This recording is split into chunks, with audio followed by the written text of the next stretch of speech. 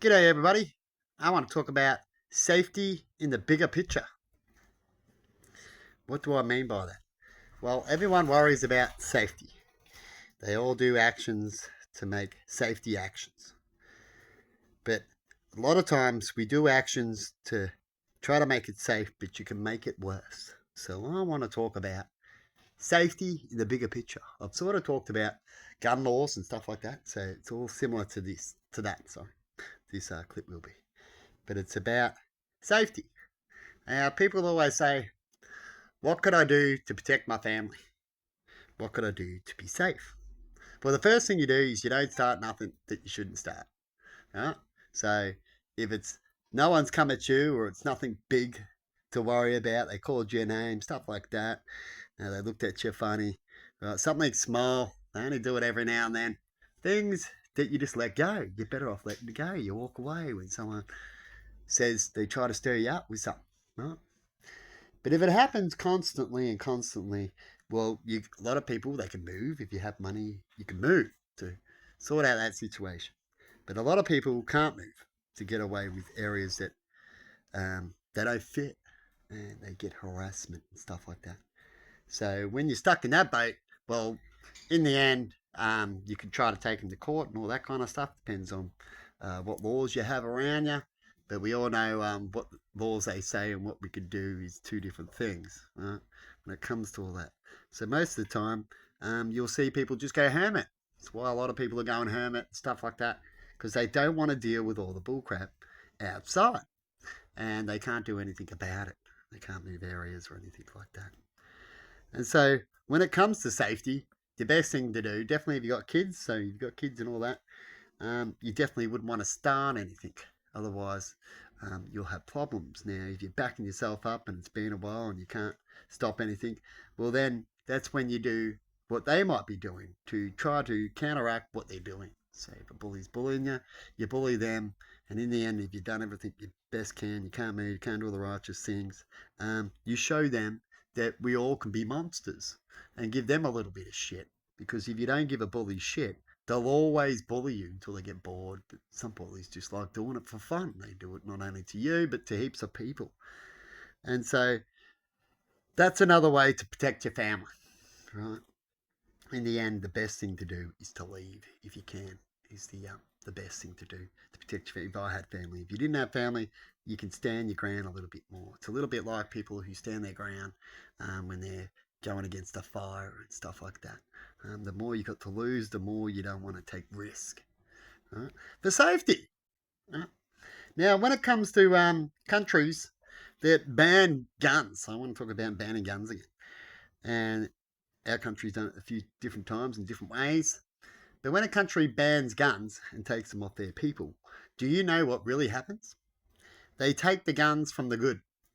So they get most from the good. And some bads will hand it over, you could say. But most people who, some of these people aren't even bad. See, a lot of people, when they hand over guns, will keep some for safety.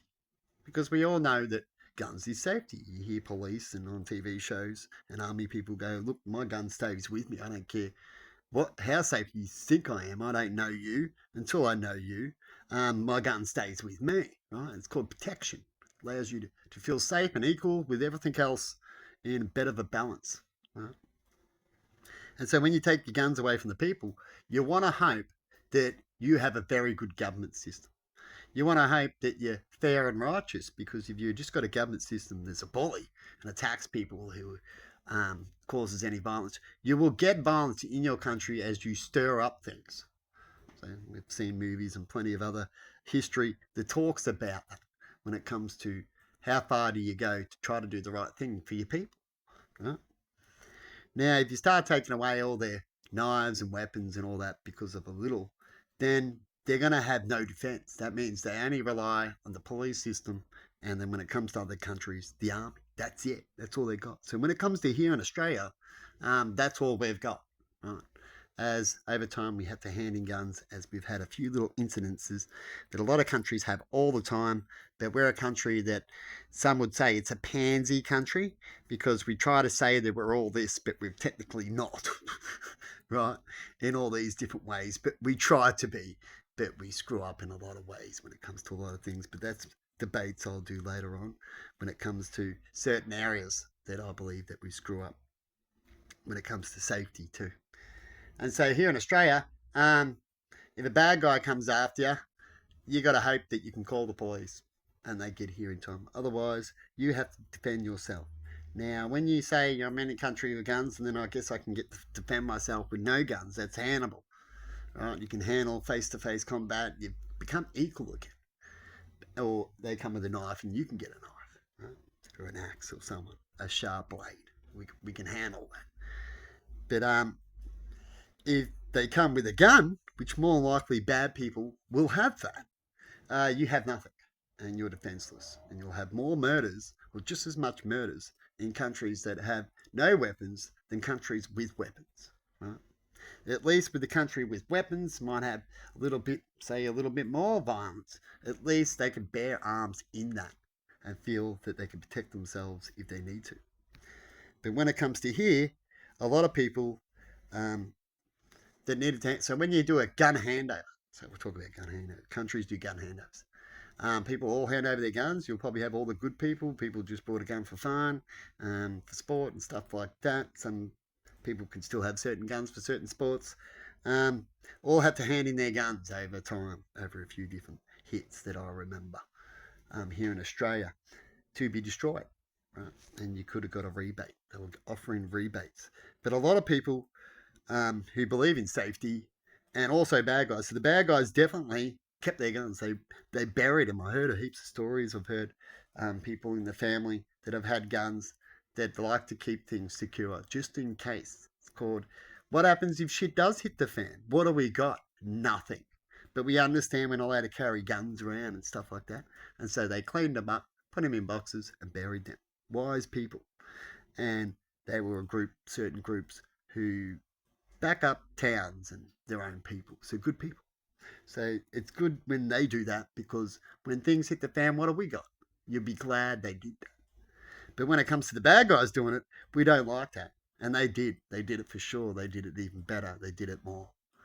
And they got guns when they need to. And when they go to use it, you use it. And then they can just go bury it. And we've got plenty of land where you can go bury weapons anywhere. And definitely when we have GPS and certain things that we can easily locate and find them now, that a lot of people that I've heard of in stories had to try to remember where they had it and GPS located things. As people are in gangs and all sorts of things now. I've talked about my history. My history and my family had people in the army and people in gangs before. And so with that, it helps me know a little bit about the real world and what actually goes on out there. And so, which country would you want to be in? Which is the more safest country?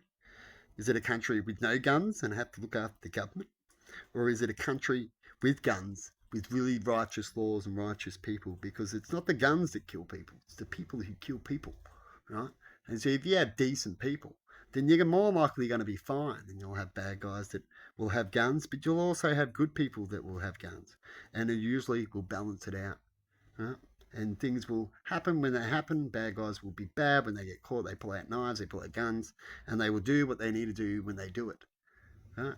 But if you have a country with no guns and then more bad guys with guns, you'll actually see more bad guys and more incidences. As far as I know, the underworld has gotten worse since the gun handover with incidences. Right?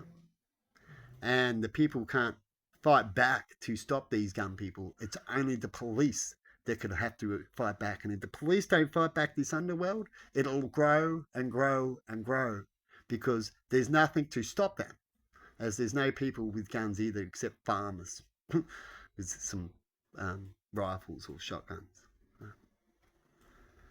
So pretty much when it comes to safety, education and bearing arms is the best thing for everybody, for the total outcome, because everyone always thinks in the now. So you've got the police that can protect you. Well, that system works. As I've talked about, societies have been decent societies before, but a bigger, evil society come in and wipe them out. No matter how smart and loving you are, if you can't protect yourself when evil comes, you are a goner.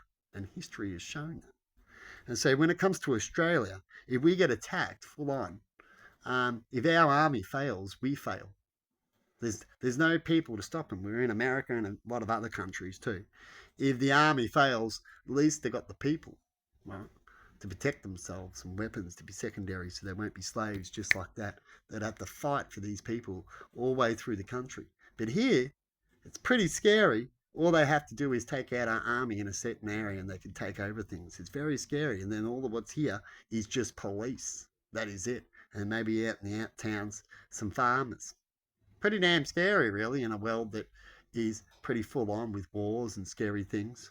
And so the best way to protect yourself is to have your people bear arms. As when you bear your people arms, you become a stronger nation and a stronger army. You can add on the head count of people who have got weapons to protect themselves.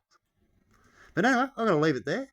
As we all know what the real world is, as I've been talking about a person lately that can't stop. When you tell them to stop, they're the people I'm talking about that we need to protect ourselves from. There's certain people out there, there's not many, but they get together and they try to take over areas. There's no one can do anything about it. And they'll drive around your house and terrorize certain people in certain areas because what can you do? Yeah. And if you go to the police, what happens there in a lot of areas? Why do they say don't talk to the police? Makes it even a scarier world, doesn't it, people? But anyway, I'm going to leave it there. Have a good one and see you later.